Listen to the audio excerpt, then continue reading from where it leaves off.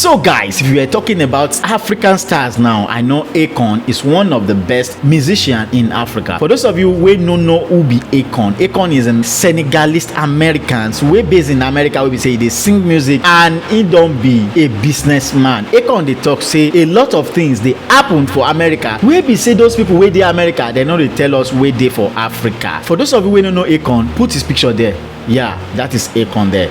AKON talk say a lot they happen o wey be say the secret wey be say dem keep for America wey dem no show us here. Say if you want to checkmate am, na brand America. Say America no be the way people dey think about America. Na it be say even Africa, if we see packaging, if we see somebody to market us, we get liver for Africa. Say we can be like America if we unite and brand ourselves. This is what AKON is telling, and he also tell a lot of things about African musicians wey be say dem no dey rent car, dem no dey rent out, dem dey buy am with their money. Say for America a lot of celebrities dem na rent dem dey rent. Make e no be say na me dey tell you wetin this man talk. Take a look at the video. This world is all about branding and marketing.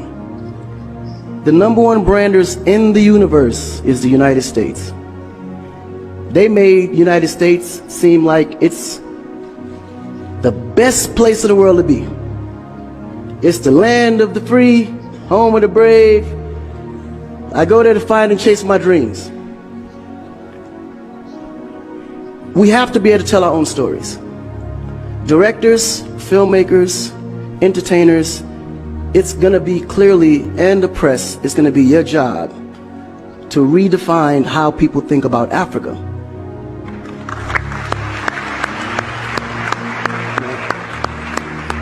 Because you're here, you see what's going on. You clearly can see in a vivid picture the good, the bad, and the ugly.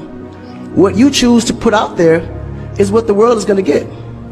Because I can tell you right now, in Chicago alone, there's more people dying in Chicago than there was in the war in Iraq. But you would never see that. There's a lot of things that's happening in the US that you would never see because they choose to show you what they want you to see for.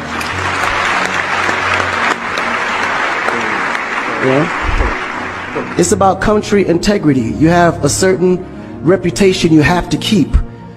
No one puts their family business out into the street. One of the problems we have in Africa is that when something happens, the press is quick to put out negative energy and quick to put out a negative story. And then that story goes onto internet, and other broadcasting systems take it and they post it. So when you look at places like Kenya, for instance, that I know of, maybe 2 terrorist attacks, but it was everywhere. So now people was afraid to go to Kenya because somebody shot up the mall. But then when you look online, there was over 25,000 attacks in the US, but you only knew about maybe 5 or 6. So we have to really rebrand. And then when you look at how the world perceives Africa, they're right. You know, you see zebras, lions, tigers, bears. Oh my. You get to the point where you think Africa's just a big jungle. The images that they're showing of Africa is historical images. This is way before civilization. This is when they were still, battling with spears, like times of Shaka Zulu. No, I'm serious. But then when you look at the US, they're showing Superman, Batman,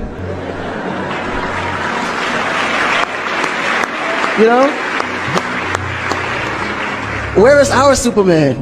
Where is our, Shaka Zulu should be a superhero today. Really. So we have to tell our own stories. I mean, even Jesus is white. And you believe it. But it's okay, because how you were framed, if you taught something from the day you were born, and your mother taught you that, your father taught you that, it's real. You never look at your mom and your dad as liars. But their mother and father taught them the same thing, because that's the kind of history that's put out for them to believe. Our history books in the US is all white American history, culture that's been borrowed from other nations. But Africa have to teach the same history of our ancestors, the great things that they have accomplished.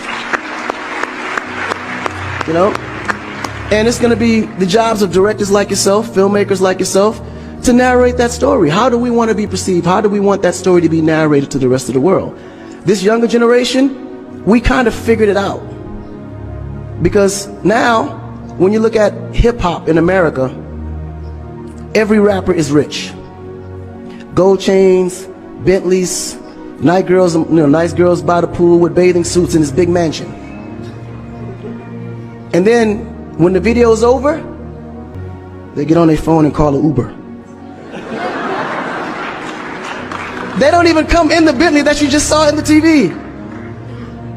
But you go to Nigeria, we got Wizkid, Davido, P-Square, all these guys driving a Bentley, Mercedes. They actually own those cars. That's the difference. But if we don't translate that, they will never know. They think we're going to leave the shoot and go home on a horse or a zebra. Because that's what they know. This is why African Americans are so afraid of Africa. You mention Africa, they start shaking. There's so much fear. They don't know how to translate that. It was just recent that people are now saying, yeah, man, you know what? I rock with Africans, man. You know what I'm saying? I want to do some collaborations, man. Yo, man, I need an Afrobeat remix, you know what I'm saying?